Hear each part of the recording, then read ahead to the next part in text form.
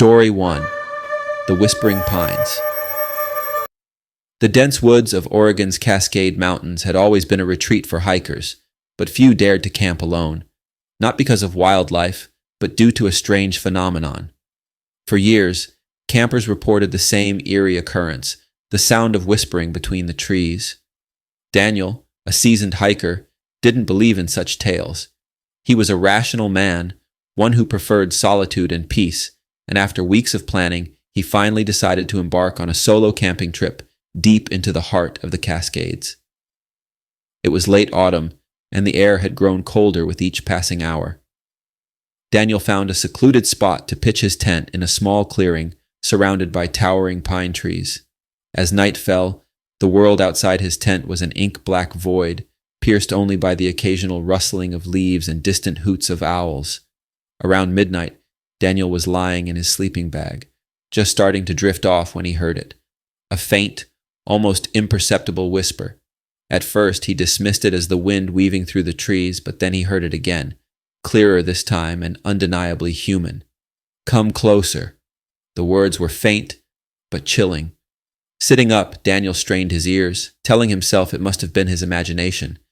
Yet the whispering continued, circling his tent, as if moving around him. "Come closer." It grew more insistent, more urgent, but remained just beyond his perception, never loud enough to truly pinpoint.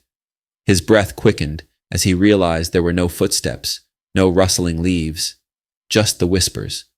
Terrified, but determined to figure out what was happening, Daniel unzipped his tent and stepped outside. The forest was deathly silent. The whispers stopped immediately. His flashlight beam swept through the trees, illuminating the gnarled branches and fallen leaves. But there was no one there, just the quiet, towering pines standing still in the night air. Trying to calm himself, Daniel sat by his dying campfire, adding a few more sticks to keep it burning. That's when he noticed something horrifying. The shadows cast by the firelight weren't quite right. In the corner of his eye, they seemed to twist and writhe, as though something invisible was lurking just outside the circle of light. Before he could process what he was seeing, the whispering returned, only this time it was loud, right beside him. "Come closer." Daniel jumped to his feet, spinning in circles, but there was no one there. The whispers were now layered, overlapping, as if dozens of voices were calling out from the darkness. Panicked, he packed up his gear in a frenzy and bolted through the woods, following the trail back to his car. The whispers followed him, growing louder, more insistent, until they seemed to fill the entire forest. Daniel never camped alone again. To this day, he swears he wasn't alone in those woods, that something, or many somethings, had been watching him. And occasionally, in the dead of night, he can still hear the faint whispering if he's near a forest. The locals call it the Whispering Pines. Story 2. The Night Watcher. Lydia loved the peace that came with camping alone. For her, it was a form of meditation, a way to disconnect from the world. One summer, she ventured into the remote wilderness of the Appalachian Mountains. She found a perfect spot beside a small, clear stream, miles away from any other campers or hikers. The day had been uneventful, a simple hike, setting up camp, gathering firewood, and by nightfall, she was ready to turn in early.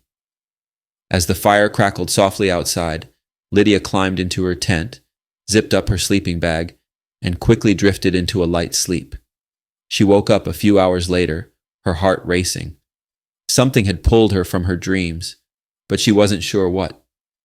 The fire outside had died down, leaving the campsite in total darkness. The only sound was the soft murmur of the stream nearby. Lydia lay still, listening intently. There it was again, a soft crunching sound, like footsteps approaching her tent. Her pulse quickened as she strained to hear.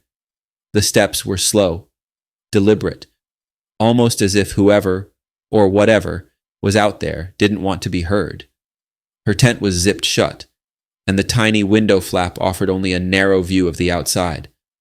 Gathering her courage, Lydia peeked out through the mesh window.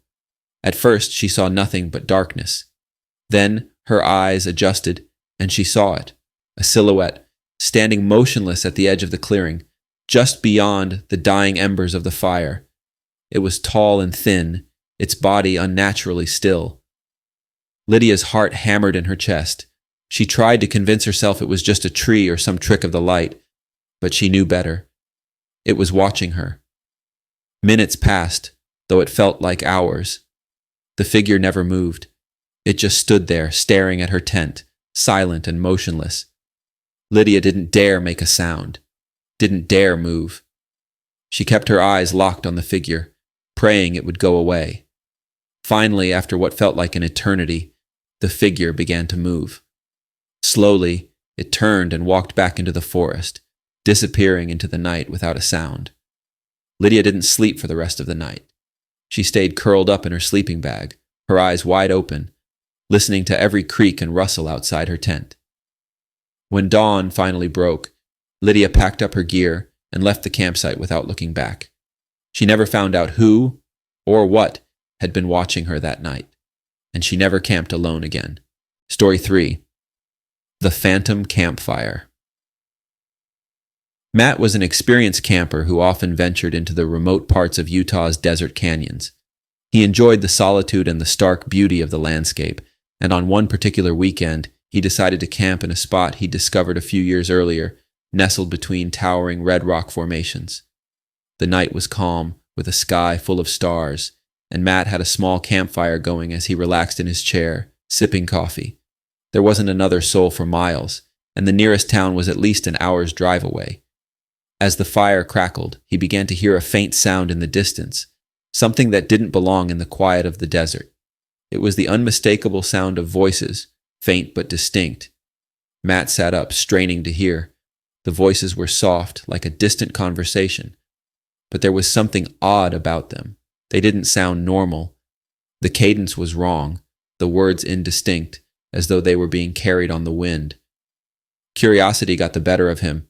Matt grabbed his flashlight and walked toward the sound. As he rounded a bend in the canyon, he saw something that made his blood run cold. In the distance, another campfire was burning. Around it, shadows danced, their forms barely visible in the flickering light. Matt knew no one else was supposed to be out here. He'd seen no other cars or signs of life. He called out, but the figures didn't respond. Instead, the voices continued their low, unintelligible murmuring. Feeling uneasy, Matt turned back toward his own camp. As he reached his fire, he stopped and looked back. The other fire was gone. The voices had vanished, leaving the desert in complete silence. For the rest of the night, Matt couldn't shake the feeling that something was watching him. He kept glancing over his shoulder, half expecting to see the ghostly figures standing at the edge of his camp. When morning finally came, he packed up and left. Later, he spoke to a local guide about the strange experience, and the guide's face grew pale. "You're not the first to see them," the guide said. "People call them the Phantom Campfire. They say it's the spirits of those who got lost in the canyon long ago, doomed to wander the desert forever, trying to find their way home. These 3 stories are a reminder that the wilderness holds mysteries that defy explanation. Alone in the woods, the line between the real and the unreal can blur, leaving even the most experienced campers questioning what lurks in the darkness. Whether it's phantom whispers, strange watchers, or ghostly campfires, the isolation of nature sometimes brings out more than just peace. It can reveal the unknown.